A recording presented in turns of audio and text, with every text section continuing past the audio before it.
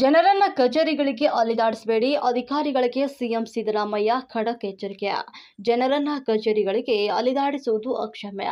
ಇದನ್ನು ನಾನು ಸಹಿಸುವುದಿಲ್ಲ ಅಂತ ಅಧಿಕಾರಿಗಳಿಗೆ ಸಿಎಂ ಸಿದ್ದರಾಮಯ್ಯನವರು ಖಡಕ್ ಆಗಿ ಎಚ್ಚರಿಕೆಯನ್ನು ನೀಡಿದರು. ಇಂದು ಮೈಸೂರು ಜಿಲ್ಲಾ ಕೆಡಿಪಿ ಸಭೆ ನಡೆಸಿ ಮಾತನಾಡಿದ ಸಿಎಂ ಸಿದ್ದರಾಮಯ್ಯರವರು, ಸಭೆ ಆರಂಭವಾಗುತ್ತಿದ್ದಂತೆ ಸಭೆಗೆ ಗೈರು ಆಗಿರುವಂತಹ ಅಧಿಕಾರಿ ಮತ್ತು ಸಿಬ್ಬಂದಿ ಯಾರಾದರೂ ಇದ್ರೆ ಅವರ ವಿರುದ್ಧ ಕ್ರಮಕ್ಕೆ ಸೂಚಿಸಿದರು. ಬಳಿಕ ಐತಿಹಾಸಿಕ ದಸರಾ ಹಬ್ಬವನ್ನು ಅತ್ಯಂತ ಯಶಸ್ವಿಗೊಳಿಸಿದ್ದಕ್ಕಾಗಿ ಜಿಲ್ಲಾಡಳಿತದ ಅಧಿಕಾರಿ ಮತ್ತು ಸಿಬ್ಬಂದಿ ವರ್ಗಕ್ಕೆ ಅಭಿನಂದನೆಯನ್ನ ಸಲ್ಲಿಸಿದರು. ಮೈಸೂರು ಅಭಿವೃದ್ಧಿಯ ವೇಗ ಹೆಚ್ಚಾಗಬೇಕು, ನಿಗದಿತ ಅವಧಿಯ ಒಳಗೆ ಕೆಲಸಗಳು ಪೂರ್ಣಗೊಳ್ಳಬೇಕು ಎನ್ನುವ ಸೂಚನೆಯನ್ನ ಹಿಂದಿನ ಕೆಡಿಪಿ ಸಭೆಯಲ್ಲಿ ಸೂಚಿಸಿದ್ದೆ. ಆದರೂ ಕೂಡ ಈ ಬಗ್ಗೆ ಅಸಮಾಧಾನವನ್ನ ಆಗುವ ಮಟ್ಟಿಗೆ ವೇಗ ಪಡೆದುಕೊಂಡಿಲ್ಲ ಏಕೆ ಅಂತ ಪ್ರಶ್ನೆಯನ್ನ ಮಾಡಿದ್ರು. ಮೈಸೂರಿನ ಜನತೆ ನನ್ನನ್ನ ಹುಡುಕಿಕೊಂಡು ಬೆಂಗಳೂರಿಗೆ ತುಂಬಾ ಮಂದಿ ಬರ್ತಾರೆ.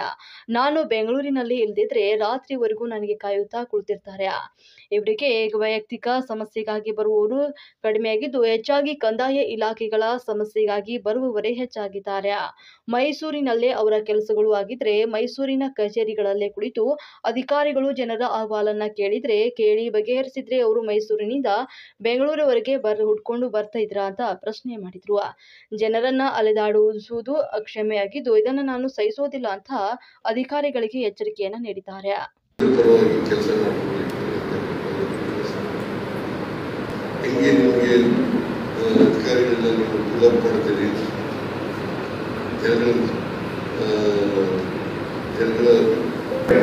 ಎಲ್ಲರಿಗೂ ನಮಸ್ಕಾರಗಳು. ಇಂದಿನ ಪ್ರಗತಿ ಪರಿಶೀಲನಾ ಸಭೆಯನ್ನು ನಾಡಗೀತೆಯೊಂದಿಗೆ ಪ್ರಾರಂಭಿಸಲಾಗುತ್ತದೆ. ನಗರ ವಿಧಾನಸಭಾ ಕ್ಷೇತ್ರದ ಶಾಸಕರಾದ ರವಿಶಂಕರ್ ಅವರು ಆಗಮಿಸಿದರೆ ಅವರಿಗೂ ಸಹ ತಮ್ಮೆಲ್ಲರ ಪರವಾಗಿ ಸ್ವಾಗತ ಕೋರುತ್ತೇನೆ. ಚಾಮರಾಜ ವಿಧಾನಸಭಾ ಕ್ಷೇತ್ರದ ಶಾಸಕ ಗೋನಾರಾಯಣರು ಆಗಮಿಸಿದ್ದಾರೆ, ಅವರಿಗೂ ಸಹ ತಮ್ಮೆಲ್ಲರ ಪರವಾಗಿ ಸ್ವಾಗತ ಕೋರುತ್ತೇನೆ.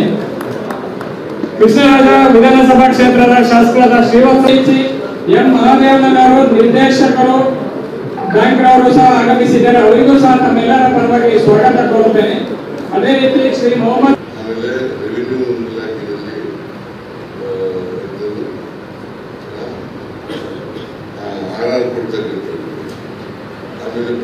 ಕೊಡಬೇಕಾಗಿ ಸನ್ಮಾನ್ಯ ಮುಖ್ಯಮಂತ್ರಿಗಳಲ್ಲಿ ಕೋರುತ್ತೇನೆ.